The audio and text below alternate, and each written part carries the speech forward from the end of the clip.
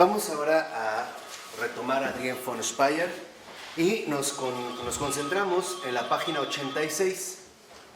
Y en esta página 86, donde viene este espacio que es, digamos, como para indicar ahora la profundización en otro aspecto, en otro tema, comienza diciendo: el olvido de sí, que es parte de la vida cristiana, en modo alguno tiene la forma de un éxtasis piadoso fuera del mundo hacia Dios. ¿Qué significa esto y por qué es, digamos, tan importante tenerlo en cuenta? Porque el olvido de sí, que en efecto forma parte de la vida cristiana y cuyo fundamento ya lo hemos mencionado, que es primero Él, después tú, al último yo.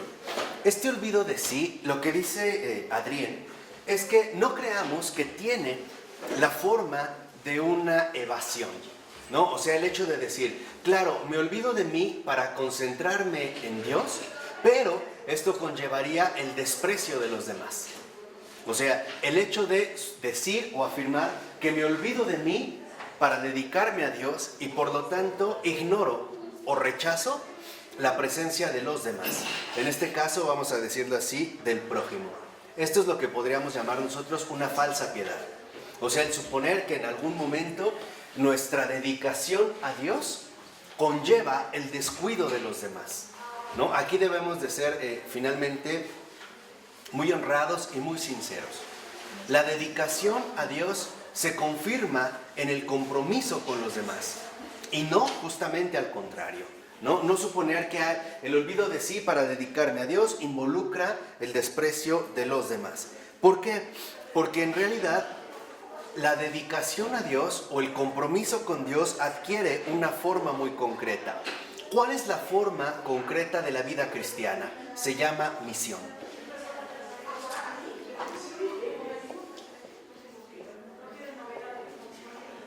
Es la misión, la forma concreta de la vida cristiana.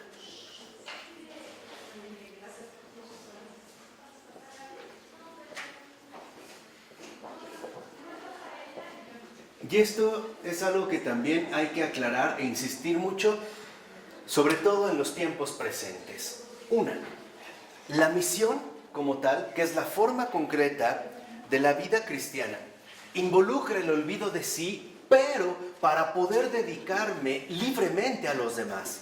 ¿Por qué? Porque es en los demás donde la voluntad del Señor se va a manifestar de manera concreta. Así que la misión, que es la forma concreta de la vida cristiana, precisamente es lo que resume o condensa toda la existencia humana. Al menos la existencia cristianamente humana. En la misión, y esto es fundamental, vuelvo a insistir, uno se olvida de sí, pero para poder dedicarse enteramente a la misión. O sea, que yo no sea un obstáculo para la realización de los planes que Dios piensa efectuar. Por eso viene este olvido de sí. No es que me aparto de los demás, es que yo ya no pongo límites a la realización precisamente de esta misión. Por eso va a decir Adrián, al iniciar, por ejemplo, el 87, que la misión es la existencia misma del cristiano. O sea, en este sentido, en el cristiano, misión y existencia concuerdan. No está una separada de la otra. Toda mi existencia humana, toda mi existencia terrena, precisamente es el campo fértil en el cual se va a ir desplegando la misión realizada. Entonces, no creamos que la misión es una simple tarea. O sea, como si se tratara de hacer algo. ¿Se acuerdan que hace rato lo vimos? O sea, no se trata solamente de hacer algo, sino que la misión quede finalmente manifestada o configurada con la propia existencia del cristiano. La misión, entonces, no dependerá de lo que hacemos, sino que la misión dependerá de la forma concreta que nuestra existencia va adquiriendo de manera gradual. Ahí es cuando entendemos el corazón mismo de la misión. La misión es configurar nuestra existencia con Dios mismo. Esa es la misión. Y esta misión también tiene modos de elaborarse y de desarrollarse. No es una receta, no es un esquema. No es algo que nosotros pudiéramos dar, por así decirlo, en simples pasos. Algún indicativo que sí podríamos mencionar es, por ejemplo, la referencia que Pavel Florensky ya nos dio. Primero ascesis, después teoría y finalmente praxis o testimonio. Pero es dejar que la misión encarne o se encarne en nuestra propia existencia. De tal manera que cuando nosotros no hacemos algo inmediato es porque nos estamos preparando para poder realizar esta misión, para que finalmente resplandezca la forma concreta de la vida cristiana. O sea, la misión no es un aspecto de la vida del cristiano, es la forma misma que adquiere la vida del cristiano. De tal manera que hablar de misión cristiana y existencia cristiana es básicamente lo mismo. Son dos realidades idénticas que se van a convertir en una misma. Dice a continuación Adrián, así él, ¿no?, el verbo, viene al mundo como el Hijo que manifiesta al Padre, con la misión de mostrarle al mundo al Padre divino, y en su regreso a él de poner su reino, de la fe, del amor y la esperanza. Y aquí tenemos entonces también dos señalamientos importantes. Uno, esta misión, la forma concreta de la vida cristiana, que no es más que la configuración profunda con la propia existencia, es la manifestación del Padre. O bien, lo que es lo mismo, la manifestación del amor de Dios. Y la existencia del cristiano en su misión dependerá que en efecto muestre al mundo cómo esta manifestación del Padre, esta manifestación del amor de Dios, solo se puede dar a través de una vida rebosante de fe, de esperanza y de caridad. Lo cual involucraría que nosotros ya podemos detectar, por así decirlo, las coordenadas centrales de la misión cristiana. La misión, en tanto forma concreta de la vida cristiana, solamente se puede realizar a través de la fe, de la esperanza y de la caridad. Estas son, digamos, los tres indicadores o las tres fuerzas centrales que permiten la auténtica manifestación del Padre. En pocas palabras, la misión cristiana no solo se limita a mostrar el amor del que es capaz un ser humano, no, sino desbordar precisamente las limitaciones humanas para que se manifieste la grandeza de este amor inconcebible. De tal manera que lo que va a hacer el cristiano en su misión es mostrar el amor increíble de Dios, o por lo menos difícil de creer, que va a romper cualquier expectativa. ¿Se acuerdan que ya Adrián nos había hablado de que en efecto Dios siempre está más allá de toda expectativa? O sea, Dios finalmente supera cualquier limitación humana. Por muy grande que sea nuestra expectativa, Dios siempre tiene ese más, ese siempre más que nos va a sorprender y a dejar finalmente perplejos. Dice Adrián 4 renglones abajo, el enviado perfecto. Entonces fíjense, todos somos enviados. El hecho de nacer, y esto vale la pena enfatizarlo, el simple hecho de nacer en el mundo como persona significa que al existir estamos todos llamados a cumplir ¿una qué? Una misión. O sea, el hecho de existir como persona en el mundo significa que estamos llamados a cumplir una misión. Este es el secreto verdadero de la existencia. Podríamos decir, ¿en qué consiste la esencia de la existencia? En cumplir la misión que Dios tiene preparada. Hoy el mundo está mal porque nadie cumple su misión, o casi nadie la cumple. Frustran literalmente, ¿no?, la realización de la existencia. Por eso aquí lo que vemos es que Adrián va a hablar del enviado perfecto. Y dice, el enviado perfecto que se abre y se consume en su misión. Entonces fíjense, esta existencia se va a manifestar como apertura, se abre literalmente a la iniciativa de Dios. Y no solo va a manifestar una apertura, sino también una consumación. ¿Qué va a consumar la misión del cristiano? No una tarea, no una labor, sino su existencia misma. En pocas palabras, ¿cuándo termina la misión del cristiano? Nunca. ¿Cuándo acaba su existencia? Nunca. ¿No? Al morir. Pero probablemente al morir, ahí comience su auténtica misión. Tal vez en la tierra solo sea una preparación o algo. De misiones hablamos lo mismo que vocación. Sí. Hay que descubrir la verdad para vivirla, ¿no? Claro, por eso es la oración. ¿No? La oración se va a poner al descubierto. Pero entonces, no creamos, y esto es fundamental, que yo ya cumplí mi misión si hice algo o si he hecho algo. Estos no son más que los reflejos necesarios de la misión. O sea, la misión finalmente se consume con la propia existencia. En todo lo que hacemos, en todo lo que no hacemos, en lo que decimos, en lo que no decimos, en lo que hablamos, en lo que no hablamos, en lo que damos, en lo que no damos. Estos no son más que, digamos, los frutos secundarios de la misión central. O sea, nuestra misión acabará con el último suspiro de nuestra vida terrena. Ahí, hasta ese momento, podremos decir que nuestra misión concluyó aquí en la tierra. Por ello es que tengamos muy presente que con Dios es imposible calcular. A Dios no le puedes decir, ya lo hice. No puedo. ¿Se acuerdan cuando Jesús ya está en la cruz antes de subir que dice, todo se ha consumado? ¿Qué quiere decir? Que en ese momento ya Jesús cumplió su ¿qué? Porque hasta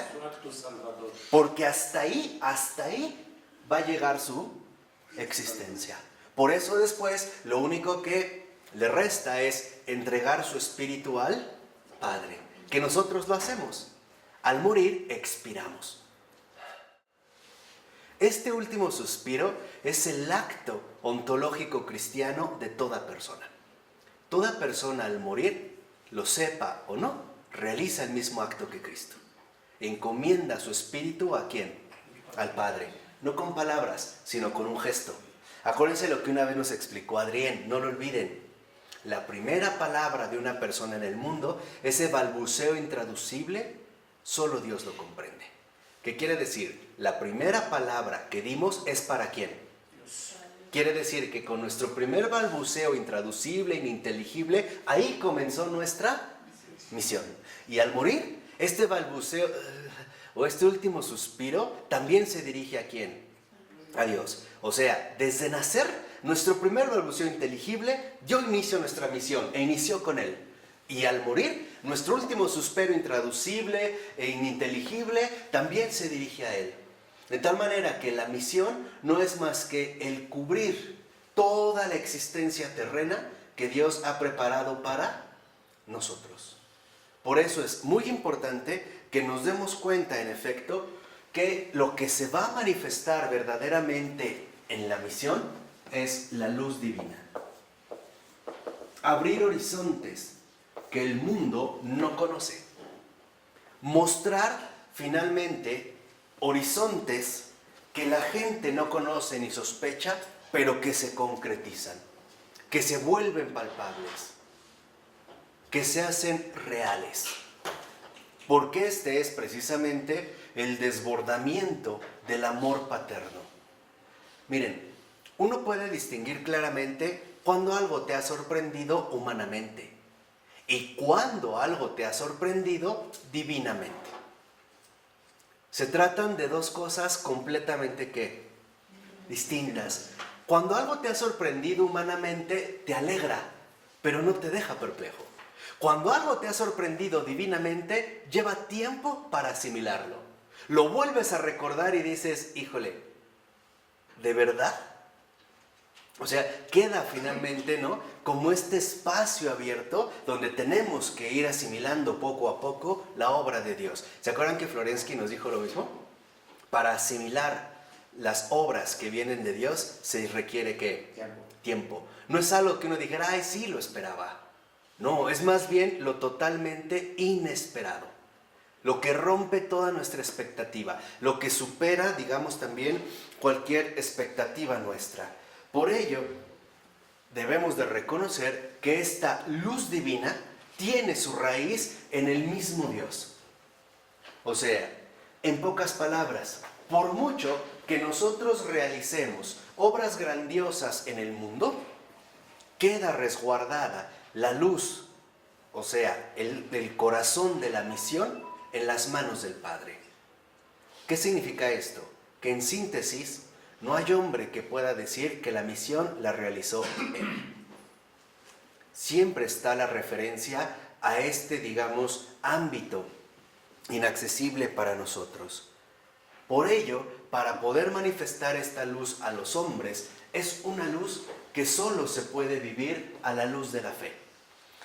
Cuando nosotros recibimos una manifestación del amor divino, en este sentido, a través de la misión de otra persona, siempre será a través de otra persona, donde se va a materializar, donde se va a concretizar más las luces interiores que recibamos para que nuestra misión ilumine a alguien más o ilumine a otra persona. Siempre que esto suceda, lo que realmente nos puede ayudar a valorarla es solamente la perspectiva de la fe.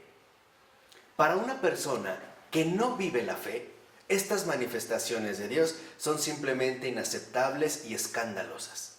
Para alguien que encarna su misión, o sea, para alguien que realmente configura misión y existencia ante el mundo, no será más que un tonto, un loco, un estúpido, un demente, un raro, un inaceptable, y va a despertar emociones: coraje, envidia, rechazo, pero también adulación, burla, conveniencia, ¿no? ¿Qué es adulación?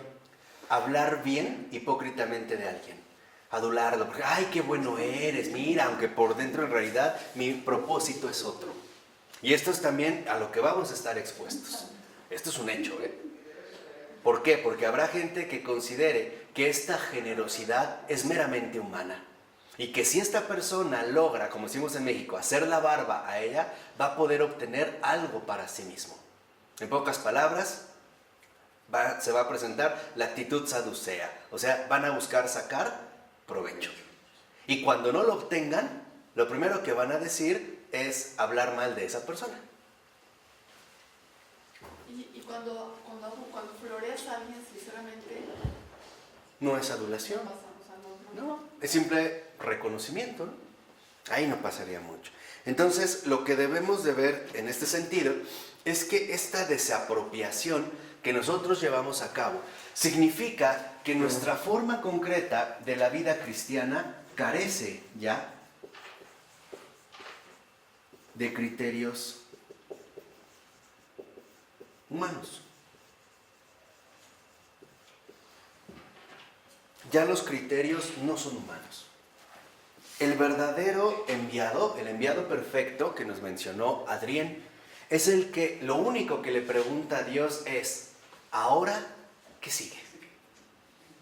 ¿Qué más? ¿Qué más? Yo recuerdo al Padre Pío que en una ocasión él tuvo una visión en el cielo, ¿no? Y decía que el Señor estaba dando como almas, y algunos tenían otros santos como copitas, ¿no? Y él tenía una copa enorme, y estaba llena, y el Padre Pío le seguía diciendo: dame más, más, más. De tal forma que en realidad aquí, digamos, la paradoja cristiana consiste en que la misión no comienza con lo que hacemos. La misión comienza con lo que vivimos, con lo que realmente nosotros vamos viviendo de manera gradual. Por eso es fundamental, y esto es un consejo, que cuando uno cumple su misión, uno siempre debe de tener puesta la mirada en el porvenir. ¿Qué sigue? ¿Se acuerdan cuando el Señor dijo que el discípulo que pone la mano en el arado y voltea para atrás no sirve para ser discípulo? A esto se refiere. ¿Por qué? Porque si volteara para atrás y viera, incurriría en un grave error: el empezar a calcular todo lo que ya se ha hecho. Y entonces la atención ya no estaría a la sorpresa de lo por venir, sino al peso de lo ya realizado. Porque entonces, al volver a Dios, se correría la tentación de decirle: hasta aquí. Ya hice demasiado. ¿Qué no ves todo lo que se ha hecho? Y entonces truncaríamos la misión. Por eso es fundamental que nuestra misión siempre está dirigida en la fe a lo que el Señor nos va a dar. en la esperanza al estar preparados para recibirlo y en la caridad precisamente en el recibir lo que vamos a transmitir. Finalmente, y ese es un criterio para todo cristiano, todo lo que hemos recibido es para compartirlo, Inteligencia, dinero, pobreza, malestar, herida, nada es nuestro. Esta es la desapropiación. Nosotros sí jugamos un papel de administradores. ¿Cómo te das cuenta cuál es tu misión? En base, precisamente, ¿cómo te vas a dar cuenta cuál es tu misión? Cuando te empiezas a percatar de si tu existencia manifiesta el amor de Dios o no. Pero el amor de Dios como Dios, no el amor de Dios según el hombre. Te voy a poner un ejemplo. Manifestar como misión cristiana, aparentemente, el amor de Dios como hombre es: voy con una persona que no tiene que comer y le dejo una bolsa de comida. Manifestar el amor de Dios como Dios es: voy y le doy de comer y como con él. Y le doy mi teléfono. Claro. O le doy mi teléfono. Esta es otra cosa, Aquí es donde vemos que las perspectivas cambian completamente. Aquí vemos, en efecto, qué es lo que realmente se está manifestando. O sea, seguimos limitados a la cuestión enteramente humana, o ya empiezan a llegar las olas de la eternidad, a bañar la playa del mundo, ¿no? Con estas aguas refrescantes que en efecto permiten que el mundo renazca, o más bien florezca, a una vida nueva. Este es justamente lo que Adrien llama el testimonio de la luz. O sea, esta luz divina es, en último término, el testimonio que la misión cristiana va a aportar al mundo. ¿Cómo lo relaciona con San Juan? Con San Juan Bautista. No, con San Juan Evangelista. ¿Evangelista? Con San Juan Evangelista, precisamente cuando menciona, ¿no? Cuando menciona precisamente que en Juan, lo que se revela en Juan es justamente que Dios es amor. Y que por lo tanto los criterios con los que nosotros pudiéramos asumir esta realidad no son suficientes para poder expresar esta misma, vamos a decirlo así, esta misma manifestación. Por eso, cuando a Juan se le conoce como el discípulo del amor, se le está considerando el discípulo que en efecto encarna misión y existencia. El que refleja la forma concreta de la vida cristiana. Y hay un ejemplo muy, muy palpable. Cuando Juan habla de sí mismo en el Evangelio, nunca emplea la palabra yo. ¿Qué dice? El discípulo amado. Porque para Juan queda claro que él lo que va a hacer es, en ese momento, abrir el lugar al que estamos llamados, cada uno de nosotros. Por eso él habla de el discípulo, nunca dice yo, Juan. Dice cuando da testimonio de lo que vio y oyó. Esto es lo que vimos. Yo, Juan, ahí sí. Carta en Apocalipsis sí dice. Ahí sí, yo, Juan. ¿Por qué? Porque ahí el testimonio es sumamente radical y concreto. Pero en la forma del amor, él precisamente se desapropia. ¿Por qué se desapropia? Porque Juan sabe que él va a ocupar un lugar especial, pero no es para él. ¿Es para quién? Todos. Para todos. Por eso es Juan, digamos, el que en efecto cumple muy bien el apostolado de la misión. Por eso les decía, cada vez que nosotros cumplimos la misión, entonces lo que hacemos es extender las aguas del cielo en la tierra. Abrimos un surco, ¿han visto, no? Como cuando se abre un surco y entra una corriente de agua. Y podemos hacer desde un hilito hasta un río, Y a veces un río que es como estos rápidos, ¿no? Que llevan una potencia inmensa y arrasan todo lo que encuentran a su paso. Estos ríos son básicamente los grandes fundadores de órdenes religiosas. San Benito, San Francisco, San Ignacio, Santa Teresa, etc. Pero todos estamos llamados a contribuir a digámoslo así, a esta humedad que permite que la tierra, ¿no?, vuelva a recuperar su verdor. En otras palabras, su vigor. O sea, ayudar a que las almas humanas finalmente abandonen el desierto del amor. Por cierto, hay un libro de este gran escritor católico, François Mauriac, que así se llama, El desierto del amor. Y es esto justo lo que estamos nosotros llamados a fundamentar. Este es el testimonio vivo. Este es el testimonio de la luz hacia el cual nos vamos dirigiendo. Por ello, digamos, es cuando Adrián en este sentido va a mencionar, por ejemplo, a San Juan Bautista, un poco más adelante. Pero ya lo va preparando. ¿Por qué? Porque la única manera en la que podemos dar este testimonio es disminuyendo nosotros mismos. Es necesario que Él crezca y que yo venga, ¿qué? A menos. Y es lo mismo que hizo Cristo. Disminuye Él como Dios para que se manifieste precisamente el ¿qué? El Padre.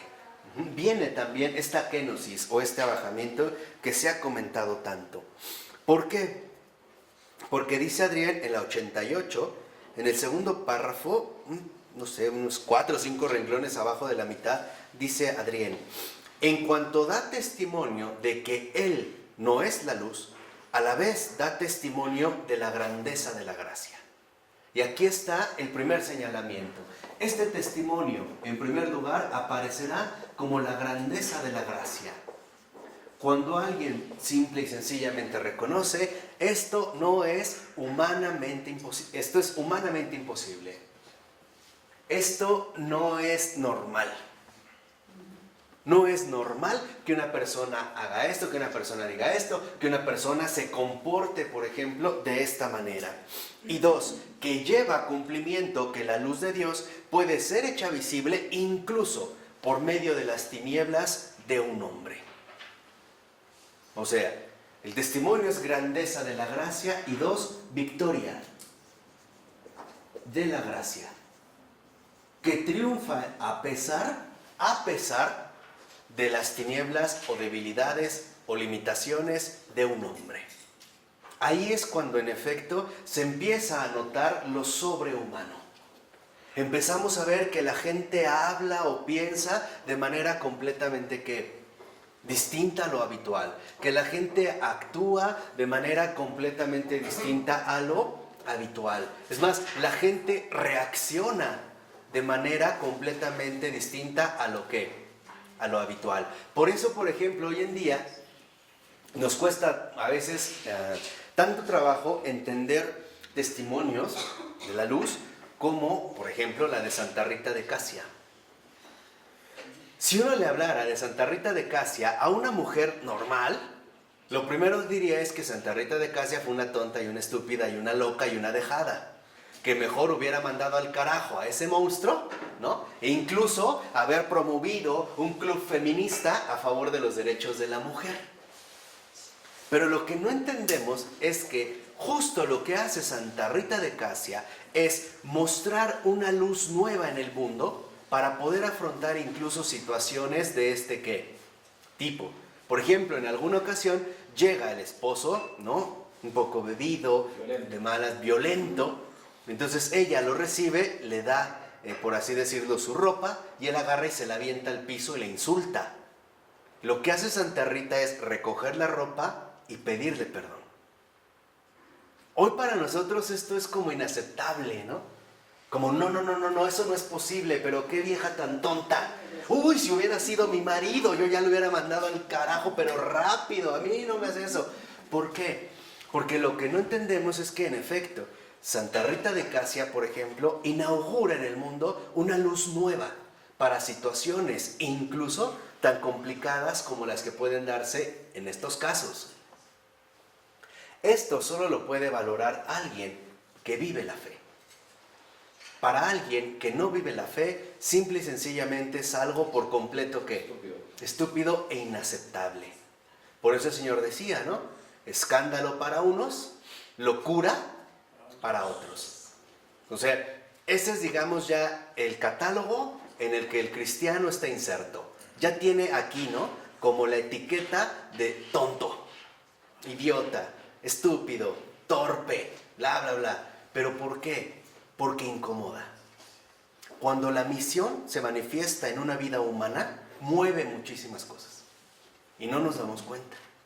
pero mucha gente se siente como herida, herida en su falsedad profunda, herida en su mediocridad habitual. En pocas palabras, herida en su mentira de vida. Y obviamente esto no lo va a tolerar. ¿De qué manera va a reaccionar? Con agresión, con insulto o con indiferencia y desprecio. Y burla, ¿no?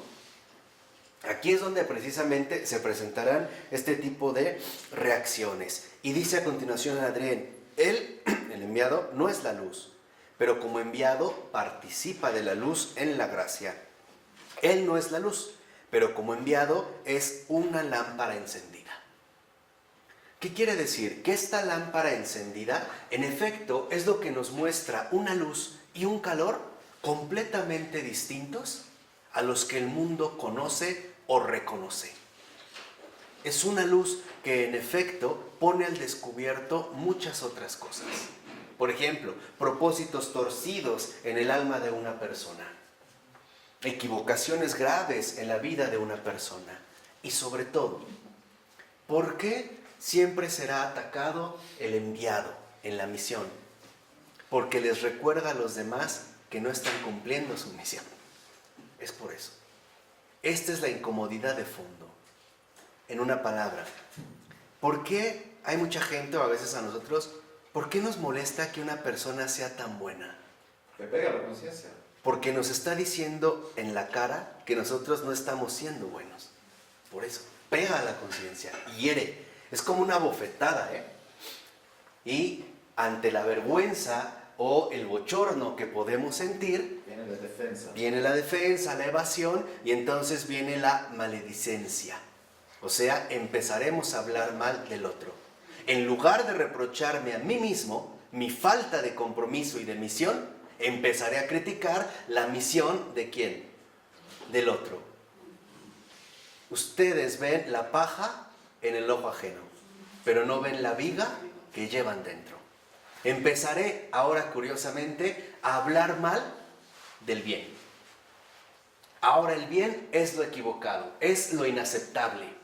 ¿Pero por qué? Porque en realidad reconozco profunda e íntimamente que no estoy haciendo bien las cosas. O sea, que no estoy cumpliendo con mi qué.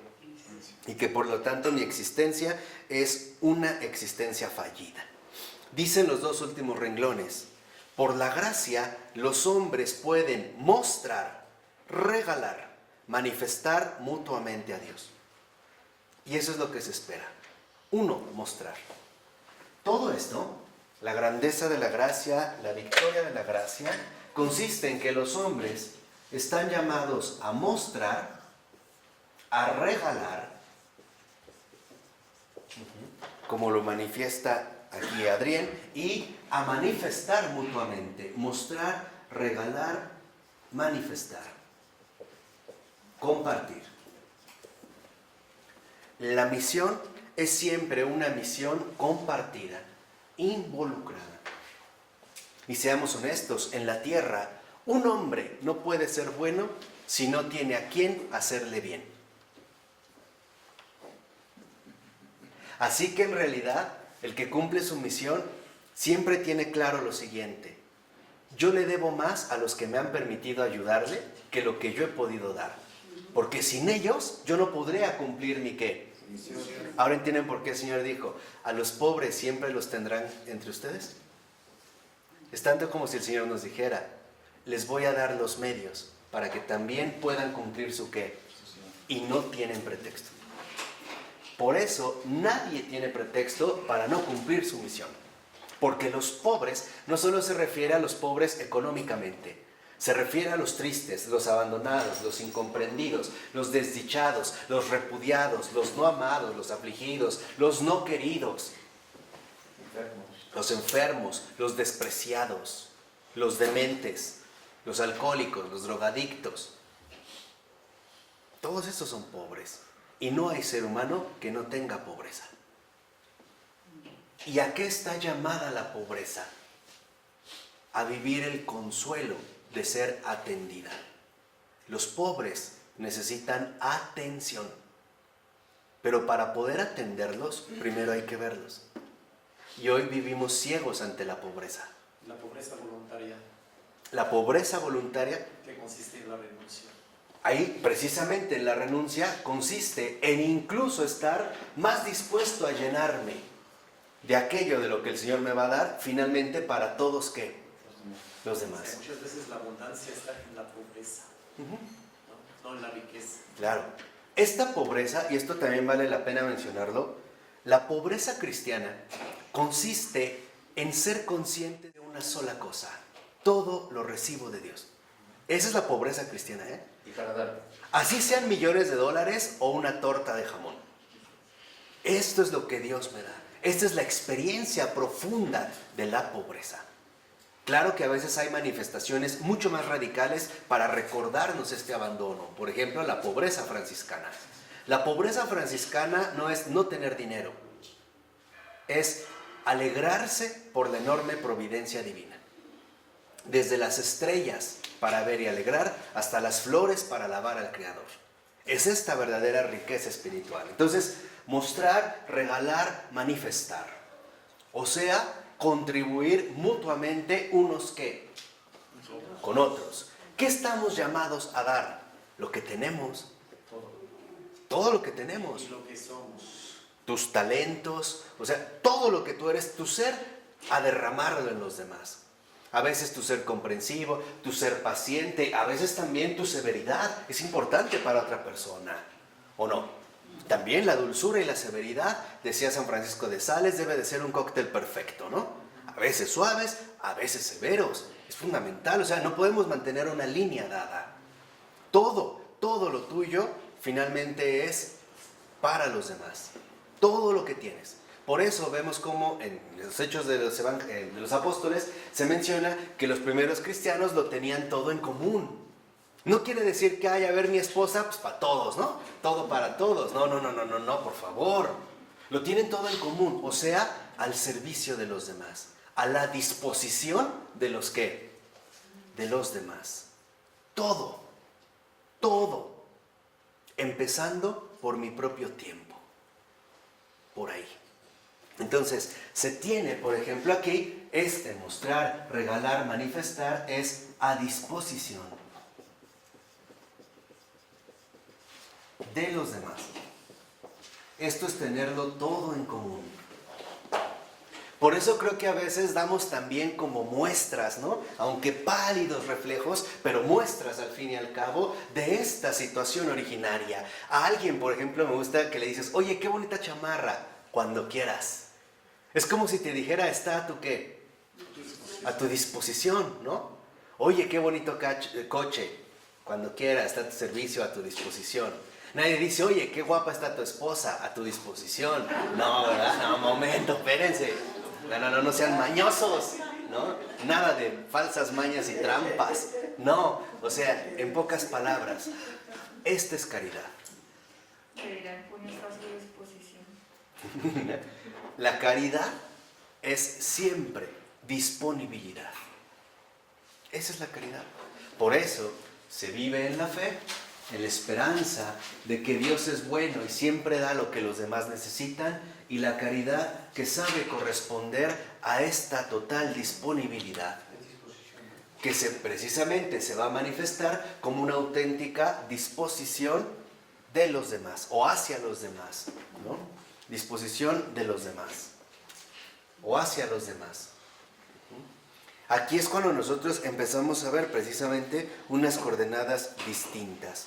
Y dice Adrián en la 89 que entre aquellos que han recibido la palabra de Dios en fe, amor y esperanza, existen dos posibilidades con respecto a la misión. O sea, aquí vemos cómo en efecto en la misión que todos estamos llamados a realizar, el hecho de existir es ya un gesto de realización de una misión en particular o personal. Hay dos posibilidades con respecto precisamente a la misión. Básicamente consiste en que la misión sea clara y concretamente en los demás, como laico, o bien como consagrado. Son las dos opciones fundamentales en las que la misión se puede realizar. No hay otra. O sea, o en el mundo o en el monasterio, en la vida consagrada. O sea, como sacerdote en general, o como religioso, o como laico. Y el laico en su estado de vida, ¿qué se le dé? Viudo, soltero, casado, etc. ¿De acuerdo? Estos, digamos, los dos tipos de misión. Pero dice en este sentido, Adrien, que hay, digamos, los que son llamados a una misión especial. Y por eso están también llamados a ser como reconocidos en tanto testigos calificados. Si lo ven en el 89, en el segundo párrafo, a partir del tercer renglón, dice el libro: su misión de estos enviados especiales no se agota en la exigencia de configurar la vida terrena con la vida dejada en custodia en Dios, de hacer brillar las gracias recibidas, de comprender todo regreso a Dios como una nueva partida hacia el mundo. Esa misión es universal y, de acuerdo con su contenido, está dispuesta en cierto modo en una vida cristiana normal a través del curso de la vida. No, esto no es lo que hace la misión especial. Dice, el testigo escogido, por el contrario, recibe de Dios una tarea determinada, inmediata y personal. O sea, por así decirlo, hay en este sentido, el testigo especial es aquel que ya el Señor le manifestó con claridad qué es lo que se tiene que realizar. Ya la misión es, como dice en este sentido Adrien, ya es determinada, es inmediata y es personal. Es cuando el Señor se ha manifestado de manera clara y precisa. Pero no lo hace con todos. No. No. ¿A quién le da esa claridad? ¿A quiénes? Por ejemplo, a los que de repente vamos a suponer que eligieron la vida religiosa o sacerdotal porque en un momento de sus vidas les quedó clarísimo que el Señor les llamaba. El testigo especial es aquel que ha recibido una misión clara. O sea, donde el Señor en ese sentido le ha hablado y se ha manifestado a él de manera clara. Está fuerte el llamado. O sea, ahí no hay, digamos, ya opciones para dónde moverse. Por eso dice Adrián. ¿No lo hace con todos? No, no de esta manera. O sea, no, el Señor, digamos, no se manifiesta con esta contundencia a ciertas almas. Algunas sí. Algunas, y es lo que se refiere a Adrián, lo que va a decir es que el testigo especial, vamos a decirlo así, en esta apertura y consumación es el estado normal de la vida cristiana. Esto sería lo normal. La misión se va revelando de acuerdo a las circunstancias de la vida. Eso es lo normal para la mayoría. Pero hay quienes, por ejemplo, dentro de esta situación reciben un llamado especial. Y es verdad que los hay. Por ejemplo, los que el Señor, algunos santos, les ha llamado de manera directa, ¿no? O sea, tú ves y se ha manifestado a ellos, incluso han escuchado su voz o han dialogado con Él. O a través, por ejemplo, de la Virgen o de algún santo, ahí la misión es especial. O sea, ¿a qué se refiere en este sentido, Adrián? Que hay quienes tienen una mayor responsabilidad en la misión. ¿Por qué? Porque se les dijo claramente. O sea, que con ellos la exigencia es todavía que mayor. En este sentido, este llamado especial es una iluminación clara. No hay más. O sea, queda claro que el Señor me habló. A lo mejor no directamente con una voz o con palabras, pero iluminó mi alma de manera concreta. A través de otro. Tocamos No sé, tu corazón. evangelio, ¿no? A través del Evangelio, a través, por ejemplo, no sé, eso le pasó a San Juan de Dios, por poner un caso, ¿no? San Juan de Dios, bueno, en una ocasión que va a escuchar a San Juan de Ávila predicar, él de repente escucha tal sermón que él, en efecto, recibe a través de esta prédica de San Juan de Ávila, recibe un llamado especial. Tan es así que después, aunque quiera, ya no puede. O sea, ya no puede, ¿por qué? Porque, por así decirlo, se le ha desvelado la misión. Y ahí es donde entrará una disyuntiva. O se entrega o fracasa. Porque también está el riesgo del fracaso. Acuérdense de la libertad humana. Que ese es el drama, ¿no? El drama verdadero de la existencia. Aquí el fracaso es mortal. Y aquí, por ejemplo, exacto.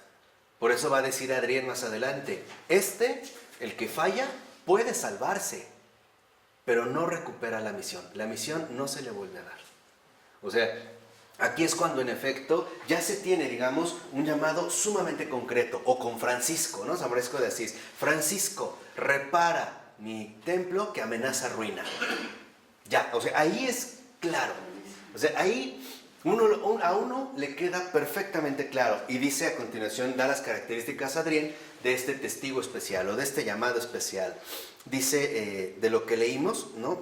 Personal, inmediatamente personal, dice 2 renglones abajo. Eso significa poner toda su vida personal en el servicio de su dar testimonio.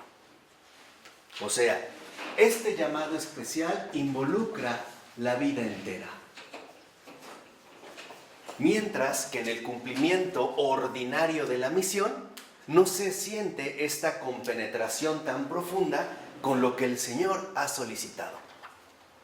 Y dice a continuación Adrián, el testigo se obliga ante Dios a ofrecerse indiviso a su misión. Se compromete a ello aún antes de experimentar el contenido de su misión.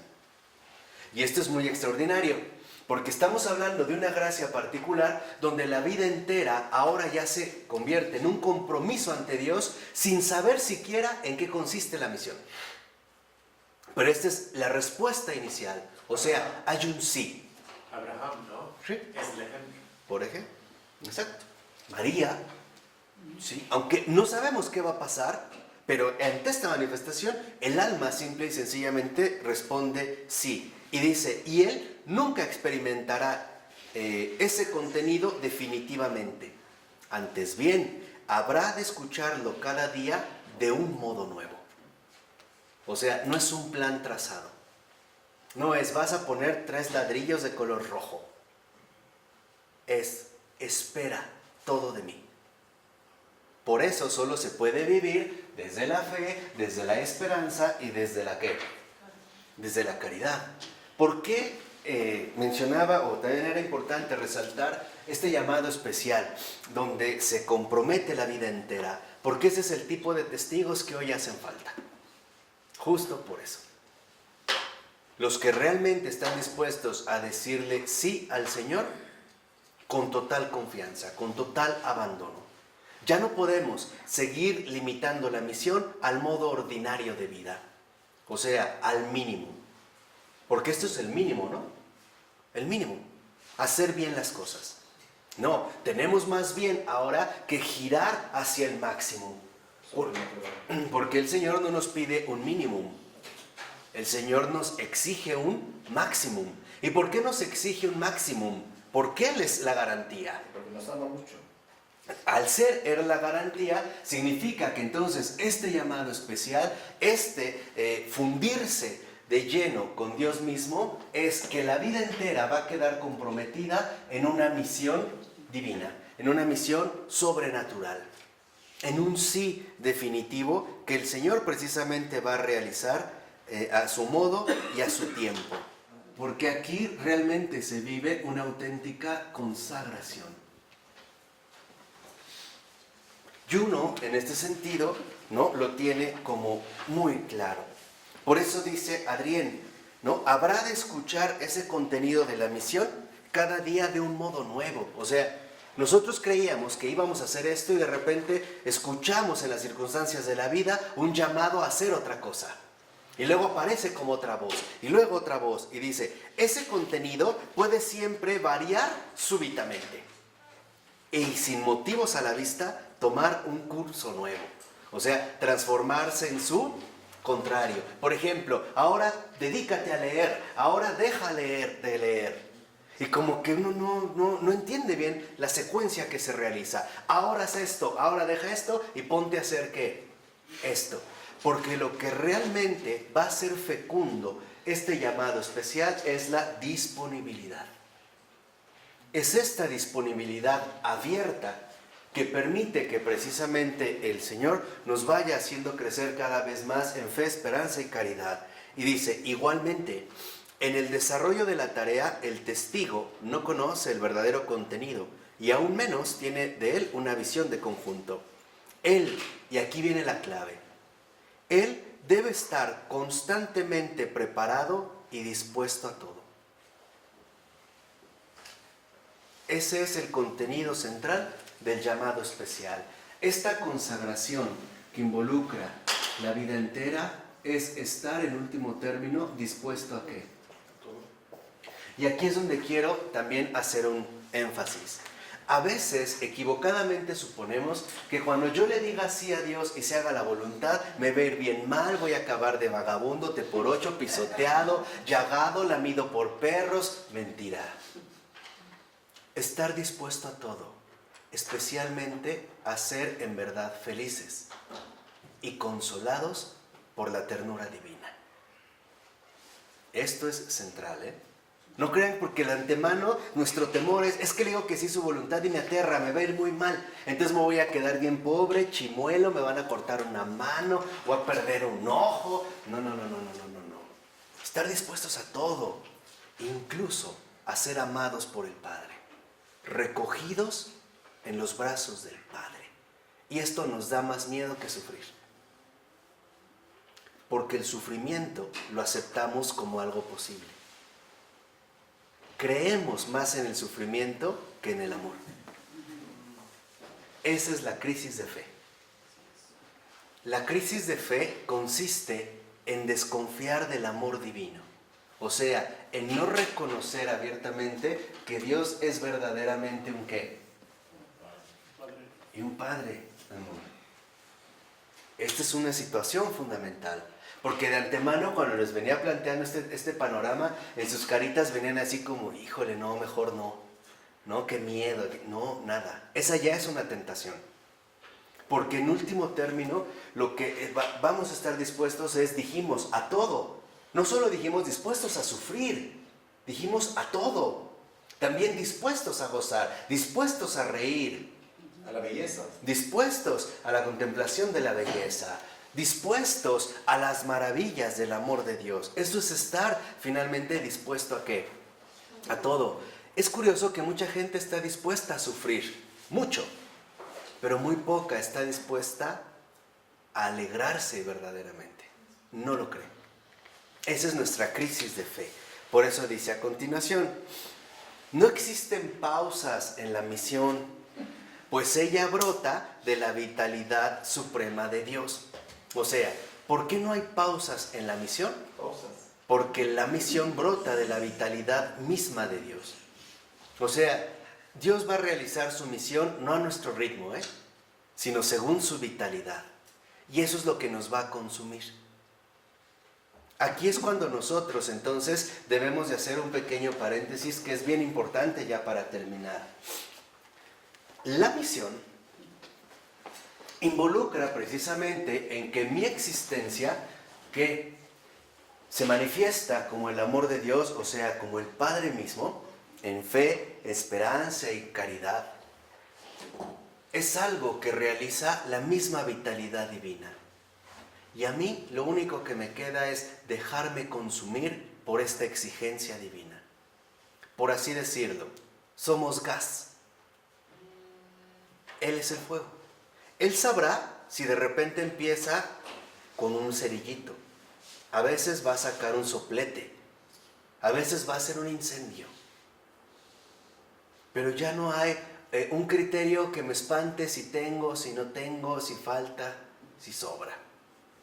Para cumplir la misión es necesario arriesgarse a todo.